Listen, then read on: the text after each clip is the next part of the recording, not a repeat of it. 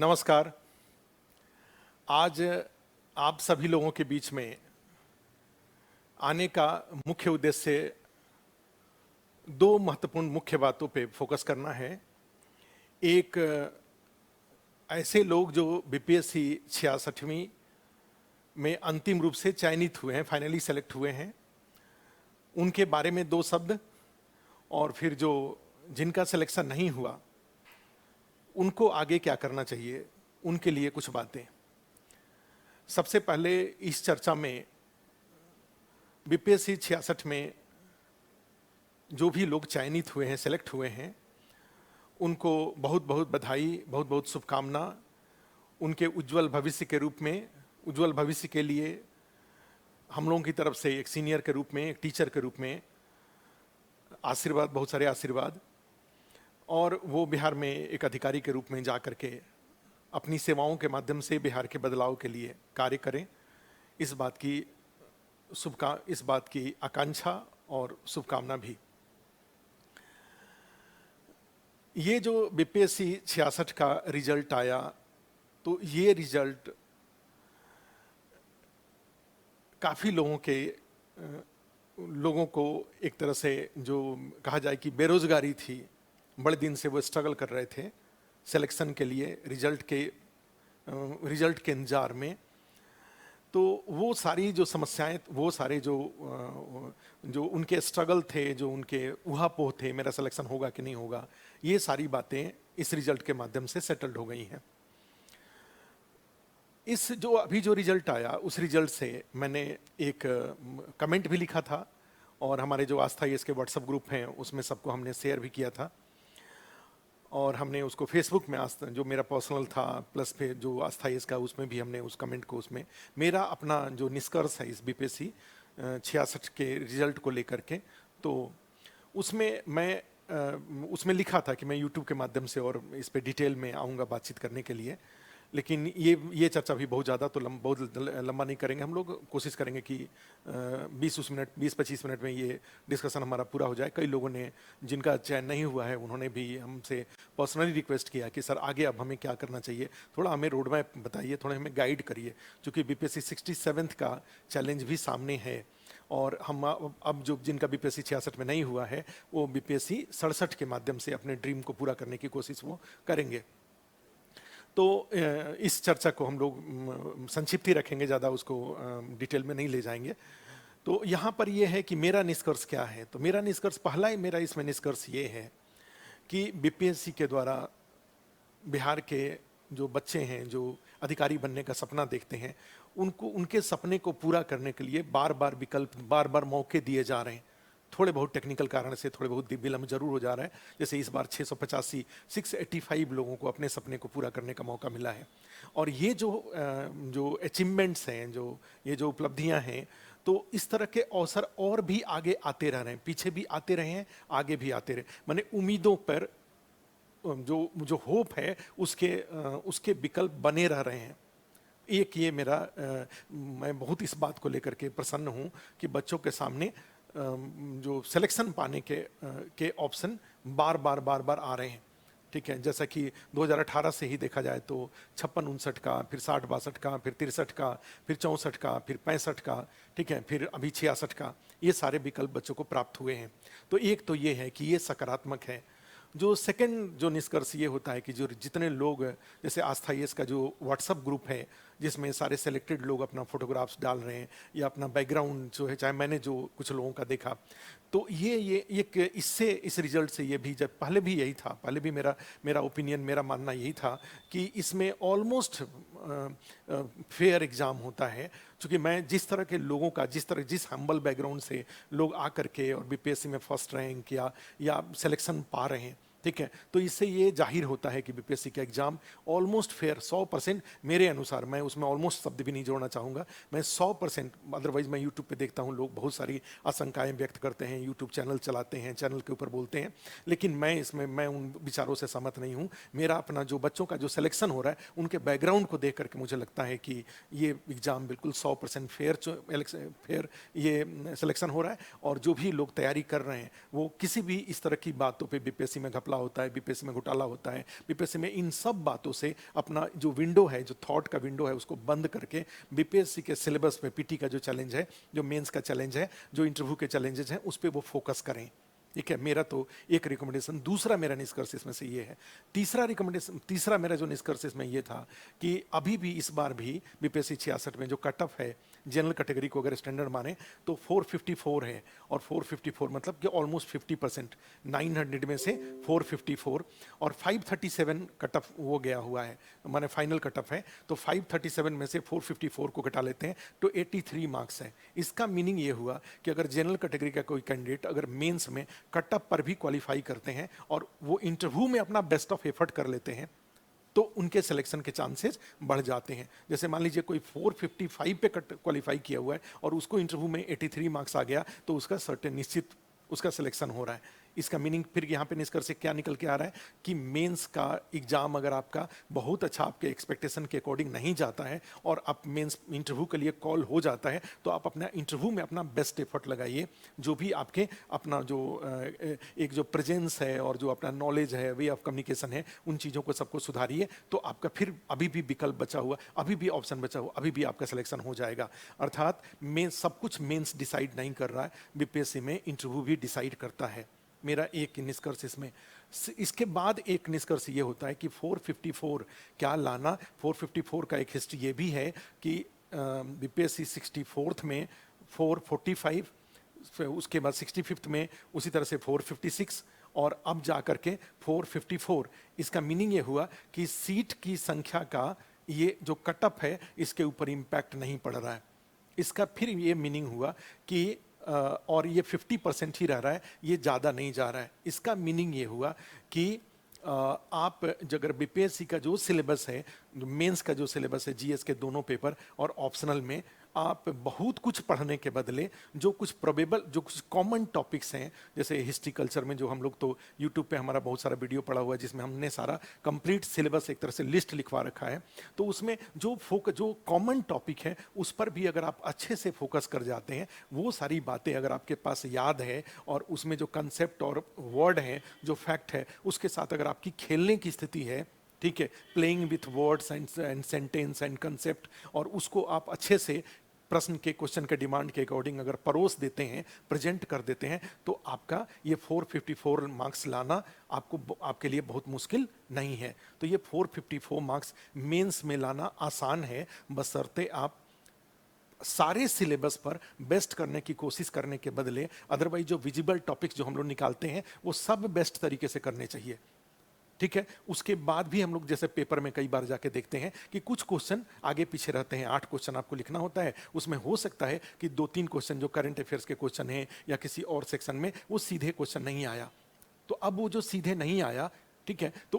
उसको लेकर के उससे रिजल्ट आपका तय नहीं हो रहा है। रिजल्ट ये जो 5 क्वेश्चन, जो कॉमन 5 क्वेश्चन आया था, जो कि आपको तैयार करना चाहिए था, जिसको कि आपको याद होना चाहिए था, एग्जाम हॉल में बैठ के आपको सोचने की जरूरत नहीं होती है। कल बड़ी अच्छी बात एक 13वीं रैंक वाले बता रहे थे, यहाँ पे अस्थाई इसमें आए हुए थे, तो वो बता रहे थे कि सर जो जैसे जो भी तैयारी की प्रक्रिया में आंसर लिखने की, एग्जाम हॉल में जितना सोचेंगे उतना पेज कम होता जाएगा। मान लीजिए अगर हमने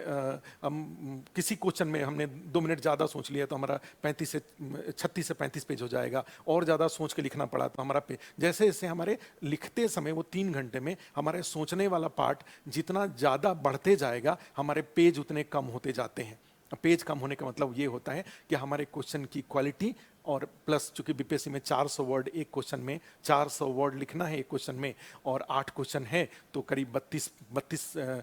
35 पेज के आसपास आता है। तो उनके कहने का मतलब ये था, मेरा भी कहने का मतलब यही है कि आपको ये जो 8 क्वेश्चन में जो 5 क्वेश्चन है, वो 5 क्वेश्चन क्या होने चाहिए, आपको याद होने चाहिए। तो अगर याद है तो ठीक है, तो ये 454 मार्क्स लाना मुश्किल नहीं है। एक मेरा निष्कर्ष ये है। उसके बाद और भी कई सारे इसमें कंक्लूजन निकाला जा सकता है, लेकिन एक मेरा जो बीपीएससी 66 जो क्वालिफाई किए हुए लोग हैं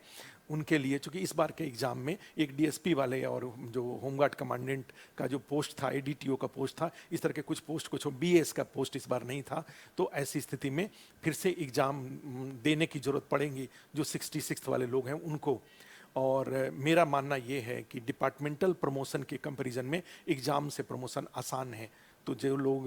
मान लीजिए कई लोग हैं जिनको कि डीएसपी ही चाहिए था और डीएसपी उनको मिल गया है, कुछ लोग हैं जिनको कि मान लीजिए बीडीओ बनना था और वो बीडीओ बन गए हैं, कुछ लोगों को सीईओ बनना था और वो रेवेन्यू सर्विस में सेलेक्ट हो गए हैं, कुछ ही को एडीटीओ की बात है, डिस्ट्रिक्ट का पोस्ट है, तो अगर आपका हो गया है तब तो कोई बात नहीं है। लेकिन अगर आप लगता है कि मुझे बीएस बिहार एडमिनिस्ट्रेटिव सर्विस में मुझे जाना है तो आपको इम्प्रूवमेंट के लिए कोशिश करनी होगी और बीपीएससी जो 67th है वो एक गोल्डन अपॉर्चुनिटी है, उसके लिए सिंसियर एफर्ट शुरू कर दिया जाना चाहिए एक 2-3 दिन इंजॉय करने के बाद, क्योंकि इसमें यह है कि फिर वही हमने जो बात कहा कि डिपार्टमेंटल प्रमोशन की तुलना में एग्ज़ाम से प्रमोशन आसान होता है। एक बीपीएससी 67th अगर अच्छे से दे लेते हैं तो पता चला कि एक साल में ही एक कंप्लीट एक साल का साइकिल मान के चलिए, पीटी अभी हुआ नहीं है, होने वाला है, मेंस इंटरव्यू तक फाइनल रिजल्ट आते आते एक साल के अंदर में ही प्रमोशन हो जाएगा। ऐसा भी कई लोगों का होगा कि जब भी थोड़े दिन ही ज्वाइन किए हुए रहेगा तब तक उनका प्रमोशन हो जाएगा। ठीक है, प्रमोशन का मतलब ये हुआ कि बीपीएससी 67th में सिलेक्शन हो जाएगा। अब यहाँ पे जो सेकंड पार्ट है, अगर उसकी बात करूँ, जो बीपीएससी 66th में जो सफल नहीं हुए हैं, अब वो क्या करें इसके लिए। तो मैं यहाँ पे एक थोड़ा सा जो मैंने वीडियो देखा, जो सेलेक्टेड लोग हैं उनका हमारे पास कई सारे लिंक आए यूट्यूब पे, हमने देखा तो उसमें लोग बड़े ही मैंने जो कि मैं उन विचारों से सब लोग बोलते हैं सेल्फ स्टडी। अभी मैं नीचे बैठा हुआ था, अपने ऑफिस में बैठा हुआ था, तो लोग आए तो उनका ये कहना था कि ये जब सेल्फ स्टडी से, तो वही बात है कि मान लीजिए एक आदमी का, जैसे मैं अपनी बात करूँ तो मैं 23 साल से पढ़ा रहा हूँ और भी मुखर्जी नगर में लोग हैं जो इतने काफ़ी एक्सपीरियंस लोग हैं, और मैं अपनी इस तरह के बेस्ट ऑफ एक्सपीरियंस और इंटेलिजेंस के साथ सिर्फ 2 सेक्शन पढ़ाता हूँ। ठीक है, एक हिस्ट्री, एक इकोनॉमी और दूसरा साइंस एंड टेक्नोलॉजी पढ़ाता हूँ। और जो मेरे साथ जो यहाँ अस्थाई इसके टीम में लोग हैं वो एक सेक्शन, तो एक टीचर आप ही के जैसे बिहार के पैदा हुए, आप ही के जैसे एक्सपीरियंस, मैंने आप ही के जैसे एक कहा जाए कि इंटेलिजेंस का लेवल ऑफ इंटेलिजेंस भी है, तो एक इंटेलिजेंस और एक्सपीरियंस के साथ अगर एक सेक्शन पढ़ा रहे हैं तो आपके सब, जैसे कहा जाता है कि एक कैंडिडेट मेंस के 6 जीएस के सेक्शन और ऑप्शनल का 2 मान ले तो 6 2 8 के लिए वो अकेले एफर्ट करे और दूसरे कैंडिडेट को 8 लोग। फिर उसी तरह से पीटी में एक कैंडिडेट 8 सेक्शन, जो पीटी के 8 सेक्शन है उस पर अकेले एफर्ट करे और दूसरा जो कैंडिडेट है उसको 8 टीचर अपने एक्सपीरियंस और इंटेलिजेंस के साथ सपोर्ट करें। तो निश्चित रूप से मुझे लगता है कि ये जो 6 और ऑप्शनल के टीचर और जीएस में, मेंस में और उसी तरह से पीटी में टीचर अगर किसी बच्चे को गाइड कर रहे हैं तो उनका काम, उनके जो चैलेंजेज हैं वो जल्दी हो जाएंगे। ठीक है, लेकिन लोग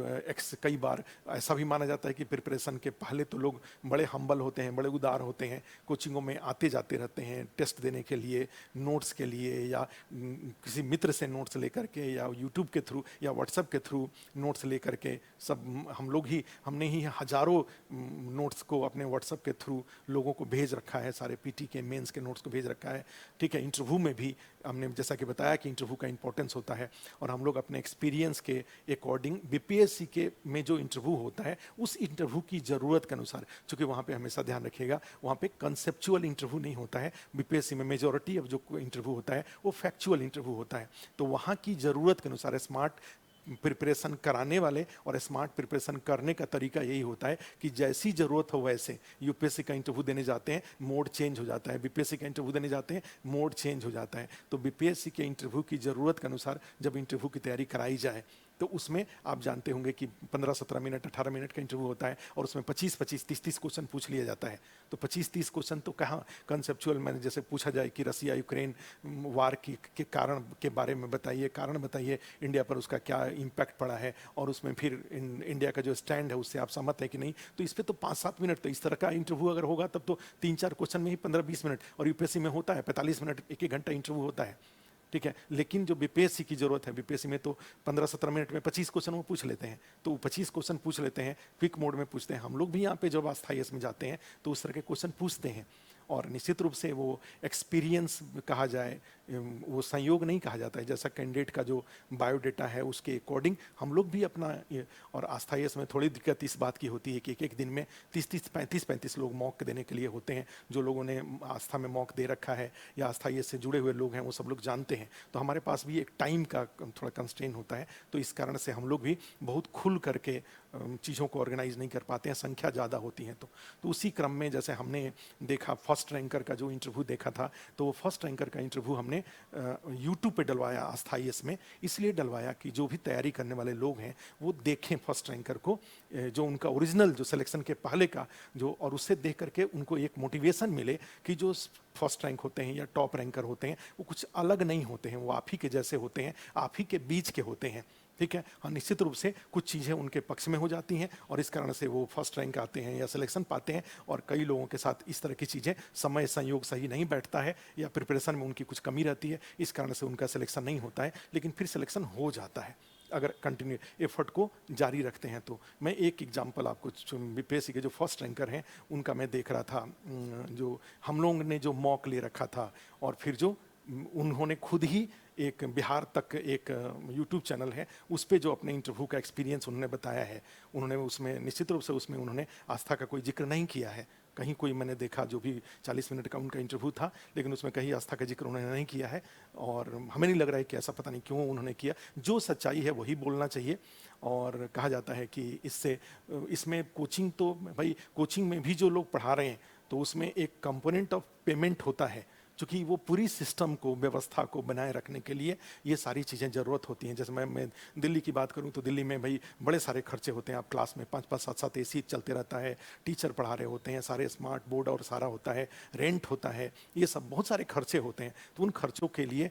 और प्लस एक और होता है कि जैसे मुफ्त की चीज़ों का वैल्यू नहीं होता है। एक आदमी कुछ कंट्रीब्यूट कर देता है तो वो सिंसियर हो जाता है, आप भी इस बात से। लेकिन पता नहीं क्यों जो सिलेक्शन के बाद कुछ लोग ऐसे होते हैं जो थोड़े एरोगेंट टाइप के हो जाते हैं और वो सही चीज़ बोलने के बदले, और इसका परिणाम ये होता है कि जैसे कोई कह दे, फर्स्ट रैंकर कोई मान लीजिए हैं या टॉप रैंकर हैं, वो बोल देते हैं सेल्फ स्टडी। अब सोच के देखिए कि एक बच्चा उनकी बात को सुन करके वो सेल्फ स्टडी में स्टार्ट कर लेता है, और सोचिए कि लक्ष्मीकांत कितने साल पढ़ेगा वो, जिससे कि BPSC की जरूरत को पूरा कर पाए। या उसी तरह से जो 8 किताबें हैं PT की, एक अगर मानूं तो मेंस में करीब ऑप्शनल और GS का मिला करके करीब 10-12 किताब हो जाएंगे। माने ऐसा बच्चा जो कि एक्सपीरियंस जिसको नहीं है, अगर वो ये सेल्फ स्टडी करेगा कितना दिन तक पढ़ेगा वो, जिससे कि उसका प्रिपरेशन कंक्लूड हो पाए। लेकिन लोग बोल रहे हैं, मैंने हमने तो देखा, पता नहीं कोचिंग से किस बात का उनको बैर हो जाता है सिलेक्शन के बाद। कुछ ही लोगों को होता है, बाकी लोगों को नहीं होता है, क्योंकि कोचिंग में जो लोग आते हैं वो भी तो मिठाई का डब्बा लेके आते हैं, वो भी पॉजिटिव लोग ही होते हैं। और हमने पहले भी बोल रखा है कि भाई जो कोचिंग वाले होते हैं वो कोचिंग वाला आपके पेरेंट्स के बाद कोचिंग वाले ही एकमात्र ऐसे होते हैं जो बिना किसी ईर्ष्या भाव के आपके सक्सेस को सेलिब्रेट करते हैं। मैं एक छोटा सा उनको एक वीडियो आपको दिखाता हूं जो हमने अपने मॉक में, और जो उन्होंने खुद अपने जो बिहार तक में जो उन्होंने अपने इंटरव्यू के बारे में डिस्कस किया हुआ है। और ये महज संयोग नहीं है, ये कि मैंने हम लोगों का अपना एक एक्सपीरियंस भी है कि किस कैंडिडेट से क्या क्वेश्चन पूछा जाता है और उसका इम्पैक्ट होता है। मैं एक दिखा रहा हूँ आपको।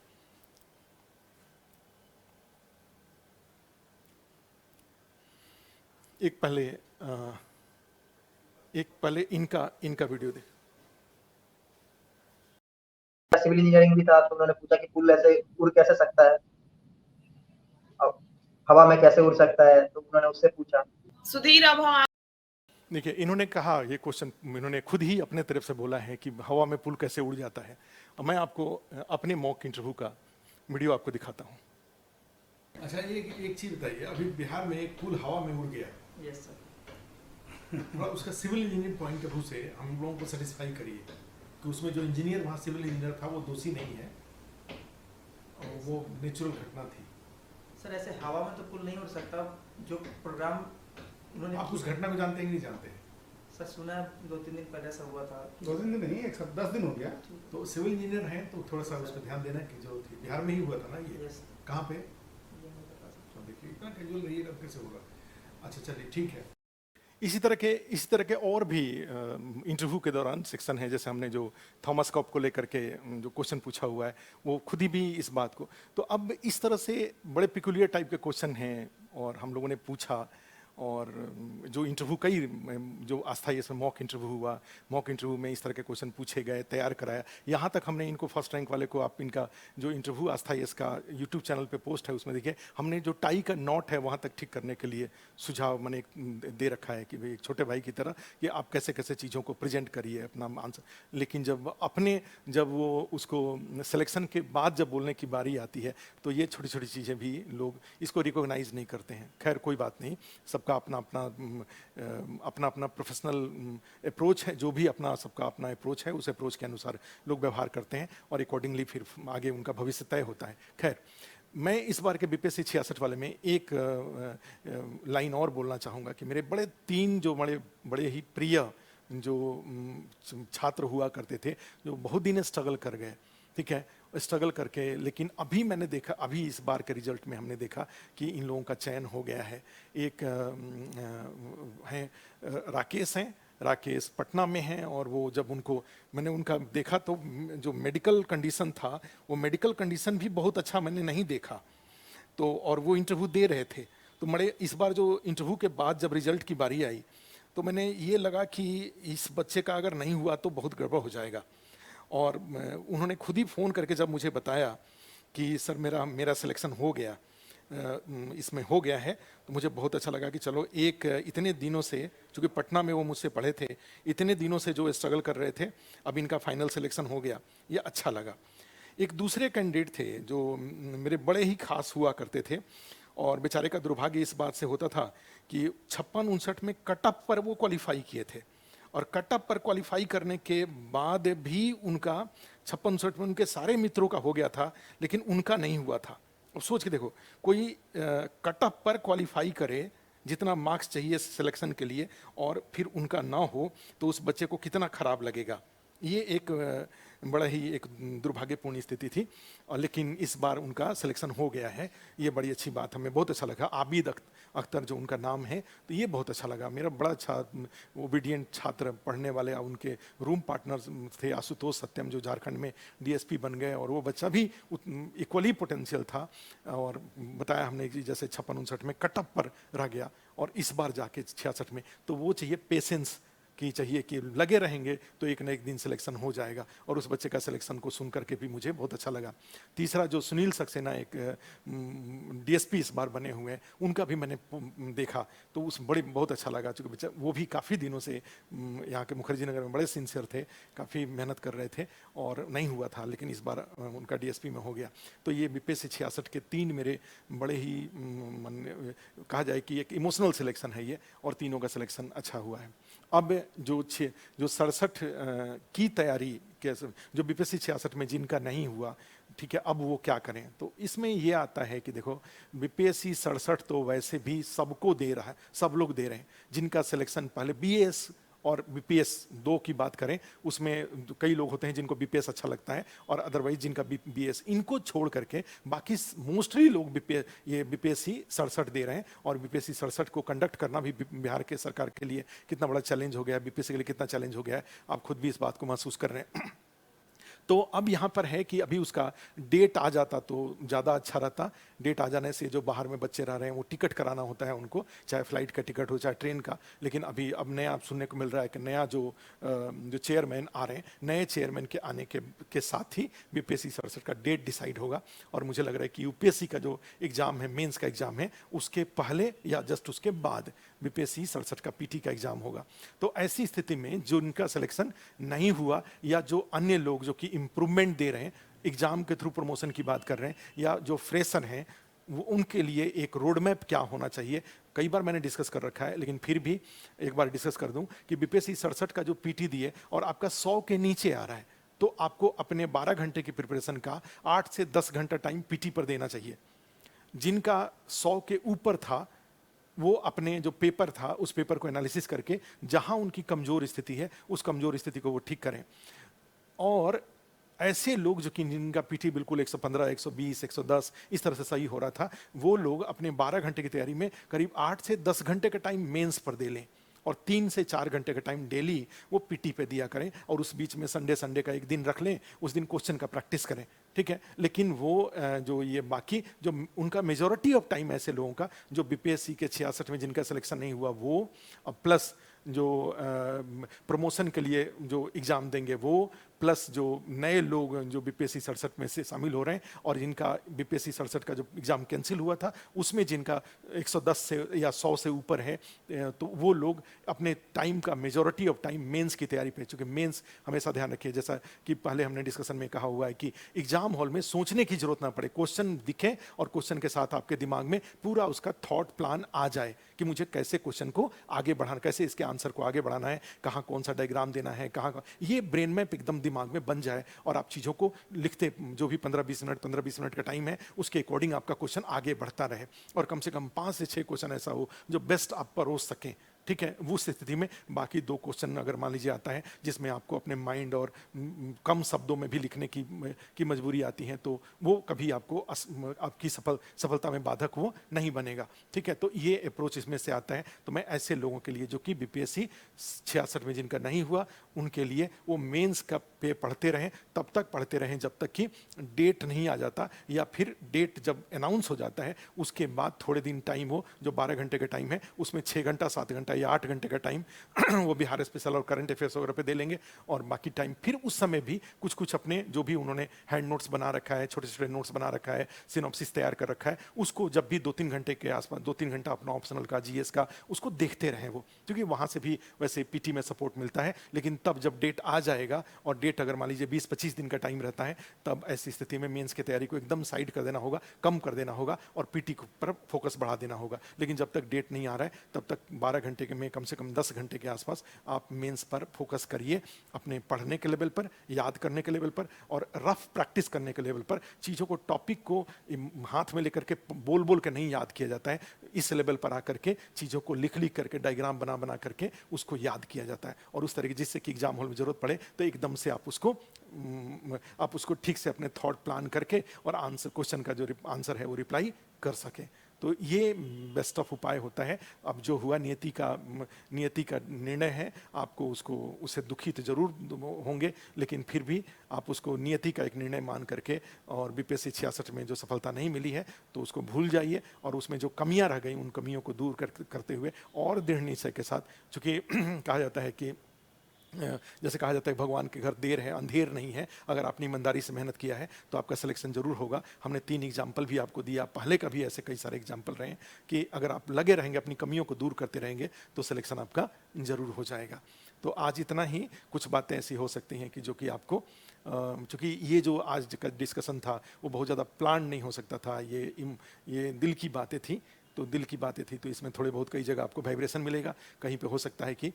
लेकिन जो फर्स्ट रैंकर का वीडियो जो डाला गया है उस पर हमेशा ध्यान रखेंगे। उसका उद्देश्य एकदम से यही था कि भाई लोग देखें कि कैसे सिलेक्शन के पहले की क्या स्थिति होती है कैंडिडेट की, और जो नए लोग हैं वो उस तरह के इंटरव्यू को देख करके मोटिवेट होकर के अपनी तैयारी को आगे बढ़ाएं, उनका भी सिलेक्शन हो सकता है। ठीक है, थैंक यू। आज के लिए इतना ही, फिर दोबारा किसी अन्य वीडियो में मिलेंगे हम लोग।